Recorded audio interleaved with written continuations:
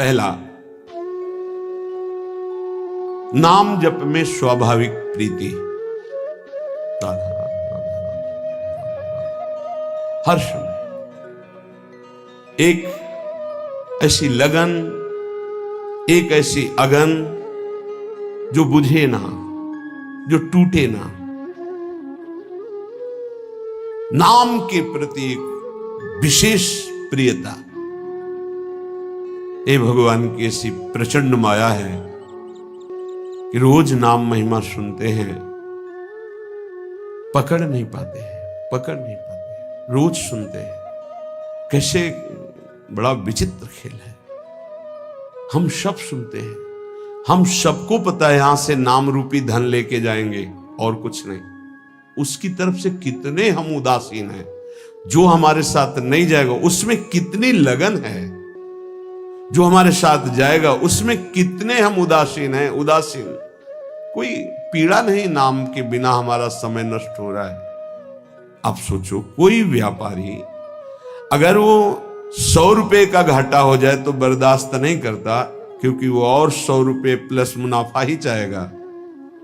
आप नाम के व्यापारी मानवदेह प्राप्त करके नाम का व्यापार करने के लिए आए हैं, आपका नाम छूट गया, आप घाटा बर्दाश्त कर लिए, इसका मतलब नाम के प्रति महत्व तो नहीं है आपका। बहुत विचित्र माया। जब नाम महिमा सुनो तो लगता है आज से केवल नाम ही जप करेंगे। थोड़ी देर के बाद एक ऐसी हवा चली कि भूल गए कि हमने कुछ सोचा भी था नाम के प्रति। लाखों बार नाम की महिमा सुनने पर भी नाम में रति नहीं होती। लेकिन जिसमें भक्ति का प्रादुर्भाव हो गया तो पहला लक्षण है वो नाम में रति कर लेता है। ये भगवान की माया नाम में रति नहीं होने देगी, पक्का। ये भगवान की भक्ति ही नाम में रति होने देती है। लाख समझाओ, नाम में रति नहीं हो सकती। और सब कुछ करने का मन करेगा, नाम सुमिरन का ये निश्चित निश्चित निश्चित भगवत प्राप्ति। अगर आपकी नाम की माला चल रही श्वासों में, बस निहाल हो जाओगे। कुछ पकड़ो या ना पकड़ो, निहाल हो जाओगे। मान लो हमारी बात। अच्छा, शरीर से कार्य करो, उसके लिए तो नहीं कह रहे कि आप पद्मासन लगा कर बैठो, सिद्धासन लगा कर बैठो। शरीर से कार्यरत रहो। मन में नाम चलता है सिद्धों का, साधकों का मन में नाम नहीं चलता। 2-4 बार चलेगा फिर भाग जाएगा मन विषयों में, आप भूल जाएंगे। ये खूब अनुभव की बात कह रहे हैं। इसमें किसी का तर्क काम नहीं करेगा। अनुभव के आगे तर्क काम नहीं करता। पढ़ी लिखी बात पे तर्क काम करता है। सामने मनोनुकूल विषय आया, भजन छूट गया। मनोनुकूल शरीर आया, संबंधी आया, पद आया, छूट गया नाम। जबकि त्रिभुवन की राज्य लक्ष्मी देने पर भी आधे पल के लिए जो प्रभु का विस्मरण ना करे उसे भक्त कहते हैं, उसे भागवत कहते हैं, महाभागवत कहते हैं। ये 20 लक्षण में सबसे पहला लक्षण है नाम जपने में रुचि, स्वाद आ जाता है। स्वाद, ऐसा स्वाद आता है कि रातों जग जग करके उपासक नाम जप करता है। भोजन पाने में डरता है, नाम न छूट जाए। मित्रता करने में डरता है, नाम न छूट जाए। सगे सने संबंधियों से बात करने में डरता है, नाम न छूट जाए। बलिहारी है उसके चरणारविंद की, जो ऐसी नाम में स्वाद वृत्ति आ गई है। ये बड़ी विचित्र माया है। गोस्वामी तुलसीदास जी कह रहे हैं, हे हरि कस न हरहु भ्रम भारी। भारी भ्रम पैदा हो गया। लाख बार समझाओ फिर भी भारी भ्रम है। बहुत विचित्र है, बहुत विचित्र। जो जानता नहीं है उससे गलती हो जाए तो बात चलो गलती हो गई। लेकिन अपने लोग तो जानते हैं ना, सत्संग सुनते हैं, सत्संग कहते हैं, फिर गलती के तो चांस नहीं होने चाहिए। लेकिन सत्संग सुनो और सत्संग करो। नाम जब नहीं करोगे ना तो वही करोगे जिसको कहते हो नहीं करना चाहिए। कागज में लिख लो चाहे दिमाग में लिख लो, ये हम छाती की बात कहते हैं, पढ़ी लिखी बात नहीं। भजन नहीं है तो बोलते रहो त्याग वैराग्य की बातें, सुनाते रहो, तालियां पिटती रहेंगी, लेकिन माया तुम्हें पीटती रहेगी। भजन है कुछ बोलना आता हो ना आता हो, सीधे भगवान से तुम्हारा संबंध हो, जो है वही प्रकाशित हो जाएगा। एक अद्भुत आनंद। जब निज सुख प्रकट होता है तो मन भोगों में नहीं आता। निज सुख बिन मन होई कि थीरा। यद्यपि मृषा सत्य भाषे, जब लगी नहीं कृपा तुम्हारी, हे हरि कस न हरहु भ्रम भारी। मेरे स्वामी, संसार को सत्य और सुख रूप मान करके आपको भूल जाता हो, भारी भ्रम है, बहुत भ्रम। आप देख लीजिए, देख लीजिए, आपके अनुकूल भोग केवल होना चाहिए, हो चाहे आंख का हो, चाहे कान का हो, चाहे नाक का हो, चाहे भोग का हो, चाहे किसी। प्रभु की याद नहीं आएगी। देख लेना क्या गजब का आकर्षण है। हर भोग में इतनी सामर्थ्य कि प्रभु को भुलवा दे। गजब की। धन्य है वो भक्त जो ऐसी परिस्थिति में राधा राधा राधा राधा राधा। कई बार हमने कहा है कि आप किसी भी भोग का वास्तविक सुख देखना चाहते हैं तो ठीक जब आप भोग रहे, चाहे रसेंद्री का हो, जनेन्द्री का हो, नेत्रेंद्री का हो, घ्राणेन्द्री का हो, उस समय आप नाम में चित्त लगा दीजिए, राधा राधा। फिर सुख मिले तो हमको बता देना। जब नाम भूले और उसमें एकाग्र हुए तो आपकी एकाग्रता और कामना के कारण आपको सुख दिखाई देता है, अन्यथा नहीं। प्रभु यद्यपि मृषा, बहुत झूठा सुख है, पर सत्य भास है, सत्य लग रहा है। नाथ कृपा कर दो, इस भ्रम को हटा दो, आपकी कृपा से ही हटेगा। अर्थ अविद्यमान जानियो, संस्कृति नहीं जाए गोसाई। बिन बांधे निज हठ सठ परवश, पर्यो कीर की नाई। प्रभु, यद्यपि यहां जितना कुछ सब मिथ्या है, सत्य है, यहां सब झूठा है। जो पहले था वो अब नहीं, जो अब है वो आगे नहीं रहेगा, खत्म होता जा रहा है। वो शरीर गए जिनको मां पिता कहते थे, गए वो, उनके मां पिता गए। ये जाने को तैयार हैं, जो जन्मे हैं वो बढ़ के जाने को तैयार है। होश में यहां कोई टिक नहीं रहा है, सब जा रहे हैं, क्रम से जा रहे हैं, समय से जा रहे हैं अपने अपने। लेकिन यहां जो लेने आए हो, कमाने आए हो, जिसे देव दुर्लभ कहा गया है, उससे क्यों उदासीन हो, उसको क्यों नहीं पकड़ रहे। पर हरि, यद्यपि यह सब झूठा है, पर आपकी माया का इतना आकर्षण है कि सत्य भास रहा है। देखो, बैंक में 1 लाख रुपया जमा है, उसका 5 रुपया भी खर्चा नहीं करना है। अगर 5 रुपया मिल जाते तो 1,05,000 रुपया हो गए, 10 और हो गए, 1,15,000। वो जोड़ते अब 2 लाख हो गए, अब 3 लाख हो गए। मरते समय उन्हें 3 लाख का चिंतन हुआ, सांप बन करके उसी घर में बैठे। कितना नाम जप किया, ये खास बात है। पर प्रभु, ये बड़ा भ्रम है, बड़ा भ्रम। छोटे मोटे की बात नहीं करते, जिनको ज्ञान है उनकी बात कर रहे हैं, और तो सब उसी में फंसे। अर्थ कौन सा सुख देता है? संख्या का। ये पकड़ी गई है बात। गिनने का बड़ा सुख होता है, एक बार गिन के फिर दोबारा गिनो तो बड़ा मीठा लगेगा। उनको संख्या का बड़ा आकर्षण है, हर विषय का आकर्षण है। चिंतन, भैया खास बात हमारी पकड़ लो, जगत में जो कुछ तुम्हें सत्य भास रहा है, सुख दे रहा है, उसका कारण तुम्हारा चिंतन है। भगवान ने स्पष्ट कहा, ध्यायतो विषयान पुंसान संगास्ते सुपजायते संगात संजायते कामा। खास बात, अगर विषय चिंतन ना हो, धन चिंतन ना हो, भोग चिंतन ना हो, और फिर आपको तो कोई उसका महत्व नहीं। समलोष्टास्म कांचना, जिनका चिंतन भगवान में रहता है तो माटी का ढेला, सोने का और रुपया सब उनके लिए एक समान रहता है, कोई उसका महत्व नहीं रहता। महत्व न रहते हुए केवल व्यवहार दिखाई देता है, आंतरिक महत्व नहीं होता।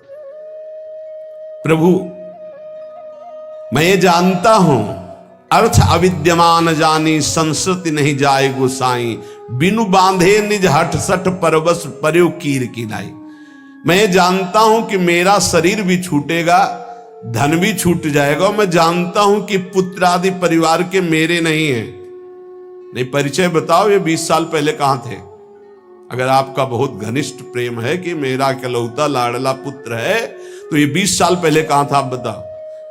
इसके बाद ये जो कहां जाएगा आप बताओ, कितने दिन रुकेगा आप बताओ। कुछ नहीं, बेमतलब जैसे स्टेशन में कोई आके मिल जाए और बैठ जाए, हाथ मिलाए, चाय पिए तो मुझसे अपनापन कर ले, उसकी गाड़ी आई, चले गए, रोना शुरू कर दे। बोले क्यों? बोले वो हमारा दोस्त था, चला गया। ऐसे जानबूझ के हम फंस रहे हैं। प्रभु जैसे जो तोता है वो जानबूझ करके बंद जाता है, कई बार होता है। प्रभु ऐसे जानबूझ करके हम फंस गए।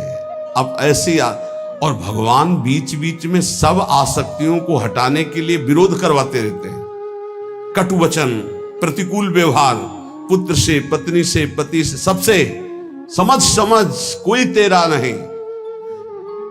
वो चाहे जितना पिटे, वो चाहेगा उन्हीं को। तब लगता है यार कैसी विचित्र माया। ये अब भी नहीं समझ पा रहा कि कोई हमको इससे हटाना चाहता है। जिस राग को नहीं छोड़ सकते थे, हटाना चाहता है। अब बोल राधा राधा, निकल पड़ भगवान की खोज में, तेरा मंगल हो जाएगा। नहीं नहीं, बंदे कीर मरकट की लाई।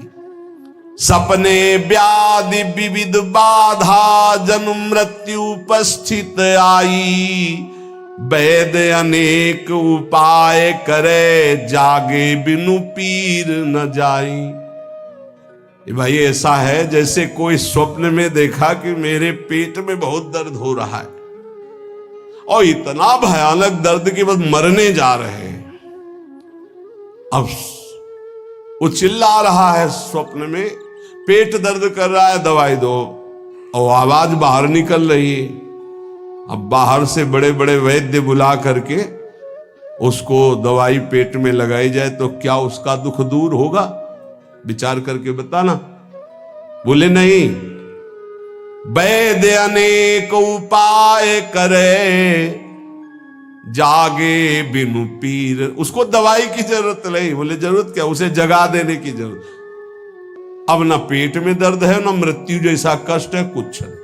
थोड़ी देर स्वप्न का नशा रहता है जागने के बाद भी, अच्छा या बुरा का। ऐसे ही ब्रह्मबोध होने के बाद भी, तभी कहा गया ब्रह्मबोध होने के बाद भी बिल्कुल वैसे ही जैसे साधन पद्धति में रहे वैसे रहना, क्योंकि स्वाप्निक संसार का प्रभाव काफी देर रहता है। जब ब्रह्मबोध स्थिति लंबे समय तक, तब वो स्थिति, जैसे आप जग गए, लगा स्वप्न है लेकिन उसका प्रभाव रहेगा। अच्छा स्वप्न है, स्वप्न में आपकी माँ आई है तो आंसू चलने लगेंगे। बुरा स्वप्न है तो भय लगेगा। हम तो ये कह रहे गोस्वामी जी महाराज कि स्वप्न में देखा इतना बड़ा व्याधि पैदा हो गई कि मृत्यु जनित कष्ट हो रहा है, वैद्य बुला के दवा करवा, उसको कोई फायदा मिलेगा? बोले नहीं। फायदा कैसे मिलेगा? बोले जगा दे बस, न रोग है न कोई पीड़ा है, पीड़ा पूरी महसूस होती है। ऐसे ही श्रुति गुरु साधु समृति सम्मत यह दृश्य असत दुखकारी, तेहि बिनु तजे भजे बिनु रघुपति विपति सके कोटारी। ऐसे ही ये जो तुम जागृत में देख रहे हो मायाकृत स्वप्न है, मोह निशा सब सोवनिहारा, देखे स्वपन अनेक प्रकारा। तो बोले वो वैद्य कौन है? बोले वेद है, शास्त्र है, पुराण है और प्रवचन है, ये सब उस दुख मिटाने की औषधि है, पर सबसे पहले उसे जगाओ, उसको जगाओ। तो जगने का मतलब क्या होगा? बोले दृश्य असत दुखकारी, तेहि बिनु तजे वैराग्य, भजे बिनु रघुपति अनुराग, विपति सकै को टारी। संसार से वैराग्य और प्रभु से अनुराग हुए बिना ये भारी दुख परंपरा, पुनरपि जननम पुनरपि मरणम पुनरपि जननी जठरे शयनम, ये मिटने वाली नहीं।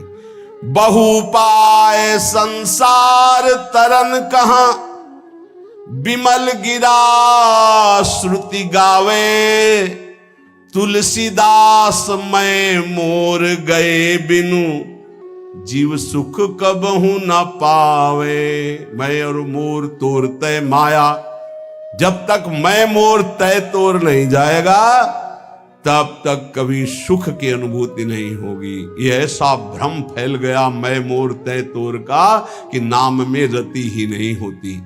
तो पहला लक्षण उपाय है, संसार के जितने भोग हैं सब असत हैं।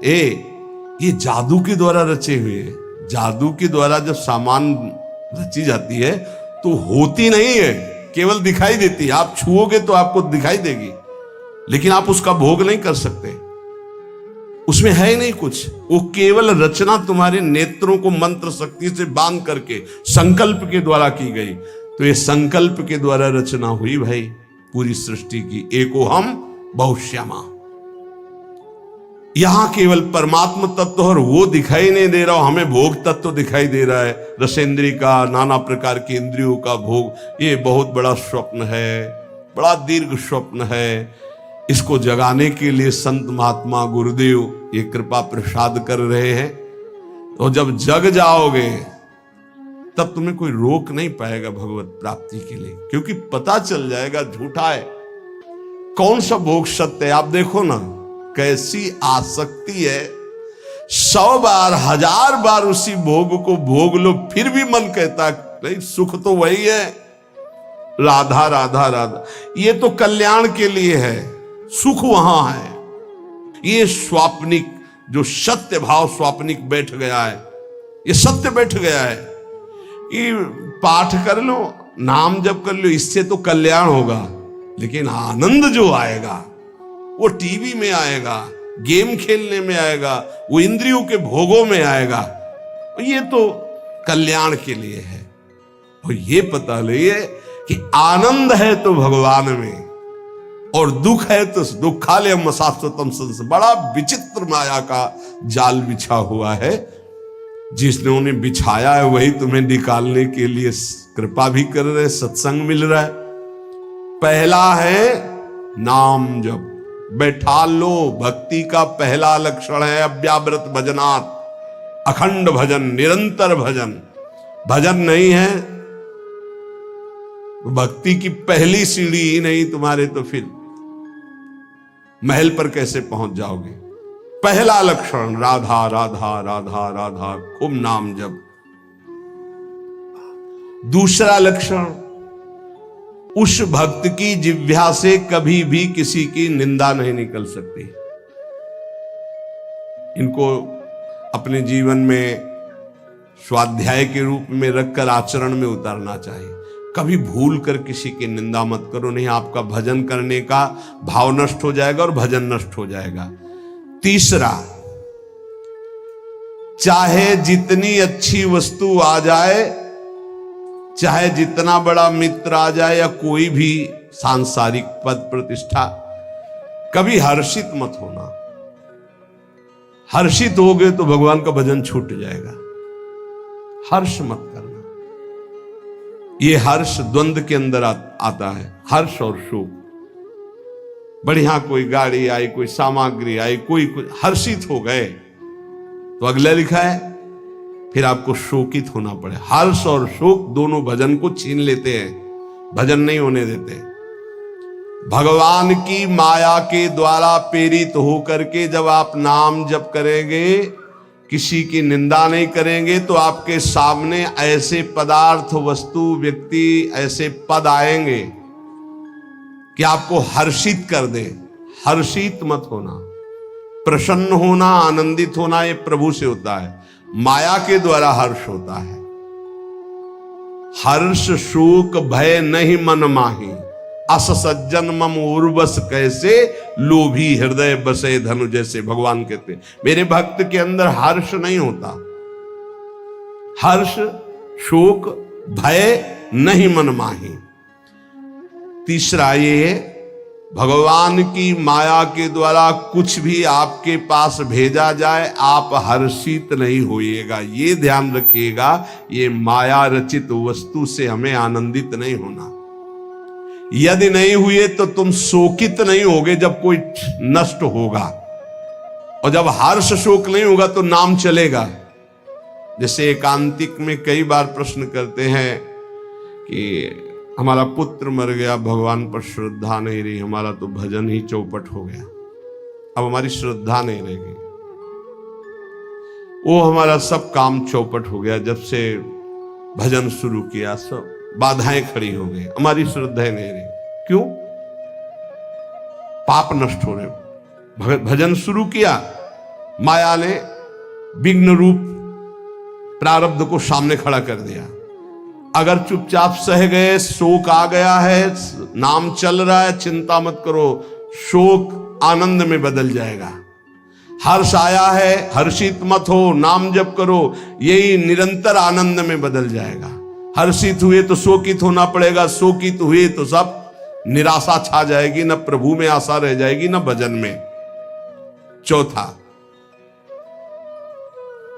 यदि कभी तुम्हारे सामने ऐसी परिस्थिति है किसी की कि वो बड़े दुख में है और तुम उसका दुख दूर करने में शरीर से, धन से, वस्तु से सक्षम हो, तो तुम्हें कभी उसकी उपेक्षा नहीं करनी चाहिए।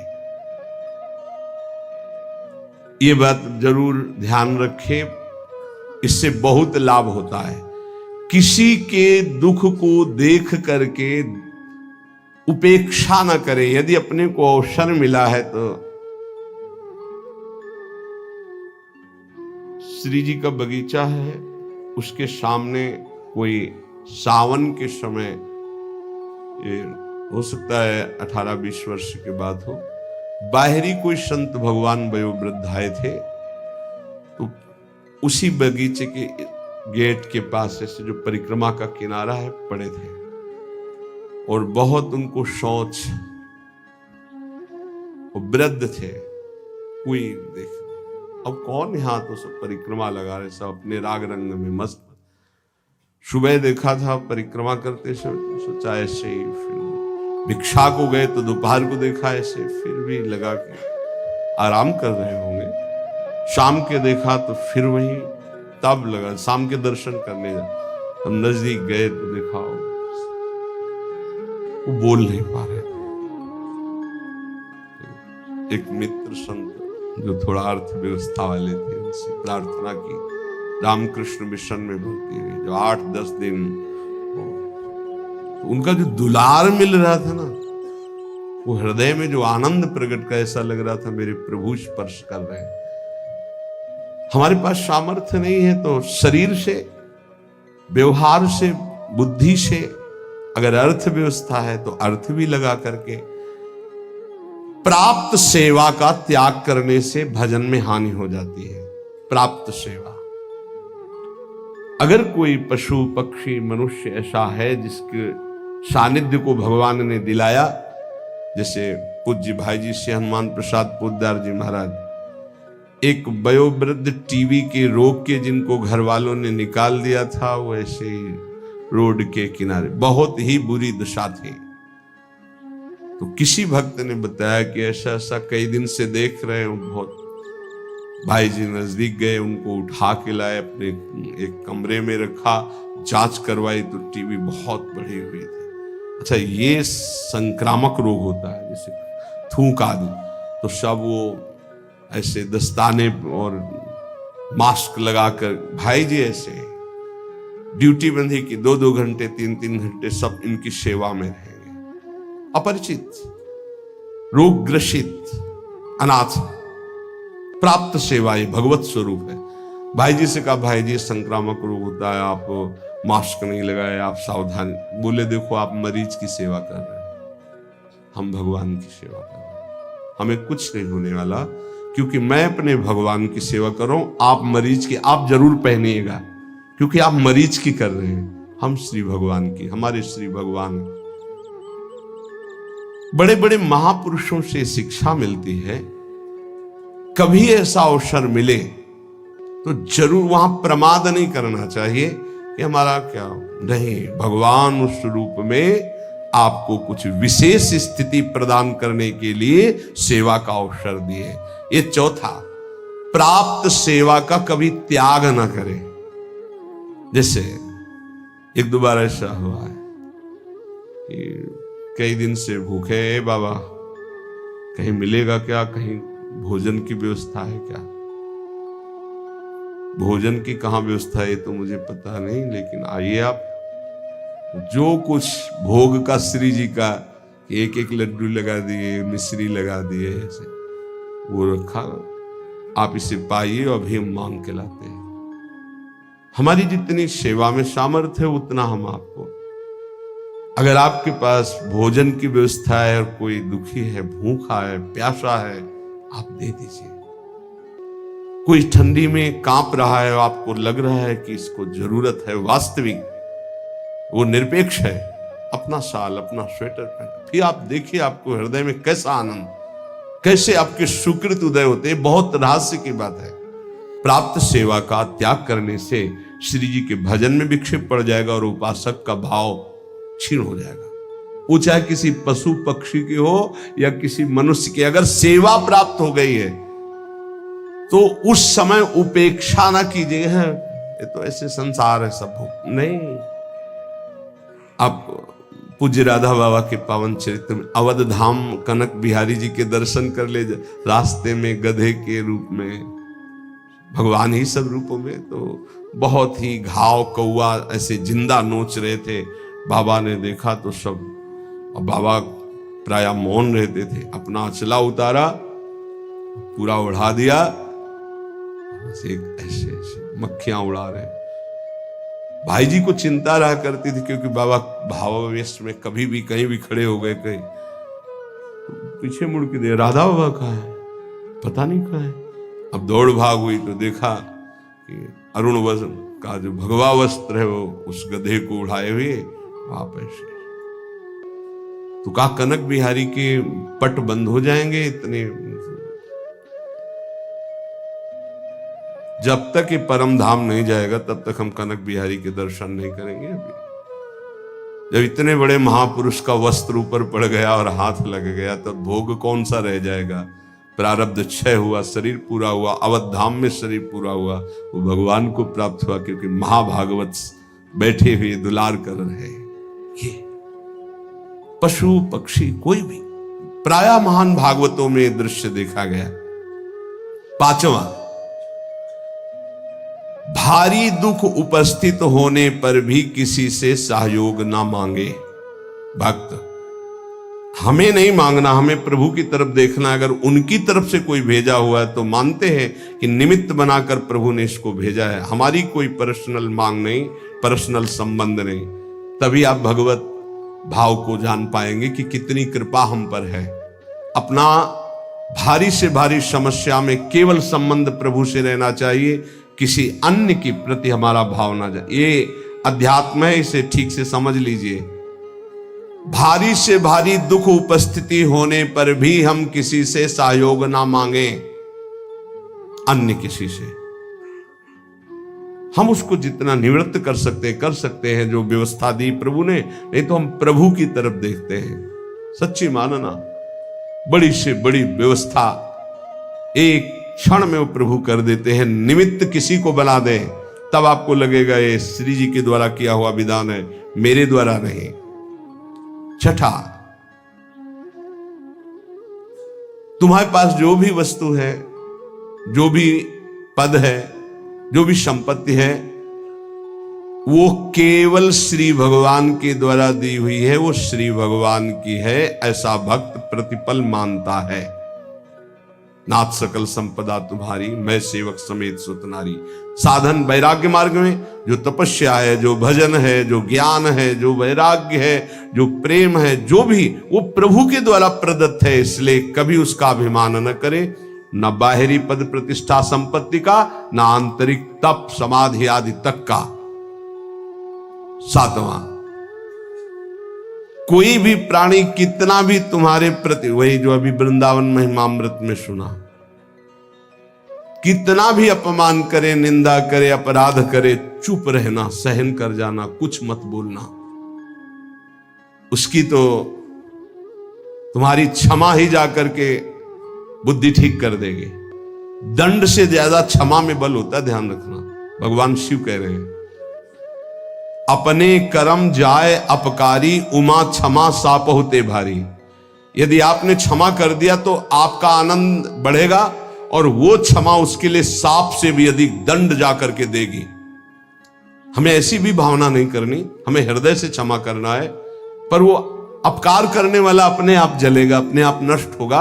आपको क्षमा ही करना। जैसे किसी की सोच है कि अगर उसे क्षमा कर दिया तो बढ़ता चला जाएगा। नहीं, ये क्षमा ही अस्त्र है, उसको जाकर के परास्त करेगी, उसके हृदय को, उसकी बुद्धि को ऐसी जगह गिराएगी, उठ नहीं पाएगा। उमा क्षमा साप होते भारी, सांप से भी, दंड से भी ज्यादा उसका वो क्षमा हिसाब कर देगी। आपकी तरफ से क्षमा होना चाहिए। ये संत, ये भक्त, ये वैष्णव जनों का बल होता है। क्षमा एक बल है। आठवां, अपने गृह कार्य करते हुए या अपने साधन कार्य करते हुए बुद्धि को चंचल ना होने दे, अपने साधन पे रखें, अर्थात नाम जप चलना चाहिए। कार्य करते हुए, अपने साधन कार्य को करते हुए बुद्धि को चंचल ना होने दे, उसे अपने लक्ष्य में रखिए, अपने आराध्य देव में रखिए, श्यामा श्याम में रखिए। नवा, मृदु भाषण कीजिए, कभी कठोर भाषण, उद्दंडता पूर्वक ऐसे शब्द न निकल जाए कि किसी के हृदय में चोट पहुंच जाए, किसी का हृदय दुखी हो जाए, ऐसा नहीं बोलते। बहुत संभाल के भक्त को बोलना चाहिए। आपकी वाणी नाम जप करती है, इसलिए कोई ऐसे शब्द ना निकले। बहुत भूल हो जाती, कभी कभी ऐसे शब्द निकल जाते हैं जिनको फिर बाद में बड़ा पश्चाताप होता है। यद्यपि हितकर भावना से ही निकलते हैं, पर वो नहीं निकलने चाहिए, क्योंकि भजन करते हो सत्य हो जाएगा उसके ऊपर। मान लो धाम वास करते हो, भजन करते हो, आपने शासन के लिए ही बोल दिया कि भोगोगे दुर्गति हो जाएगी, मान लो, नहीं बोलना। तो भाई ऐसे चलने से ऐसा होता है, ऐसे चलने से ऐसा होता, बस भोगोगे दुर्गति हो जाएगी, समझ नहीं पा रहे हो आप, सीधे उसको दंड विधान दे रहे हो, ऐसी गलती हो जाती है। आप जितना भजन करते हैं वो भजन कोई साधारण नहीं। आप जो राधा राधा बोलते हैं, मधुर भाषी रहिए, किसी को ऐसा न निकल जाए कि उसको दंड भोगना पड़े, तो आपका भजन क्षीण हो जाएगा। प्रार्थना करते हैं कि आपके पास अगर भजन है तो कभी किसी को दंड विधान मत सोचना, नहीं लागू हो जाएगा, आपका भजन क्षीण हो जाएगा। इसमें पक्का, आज नहीं तो कल पक्का लागू हो जाएगा, क्योंकि भजन है। भजन नहीं तो ऐसे फालतू कहने वालों का नहीं लगता, लेकिन भजन है तो लागू हो जाएगा, पक्का लागू हो जाएगा।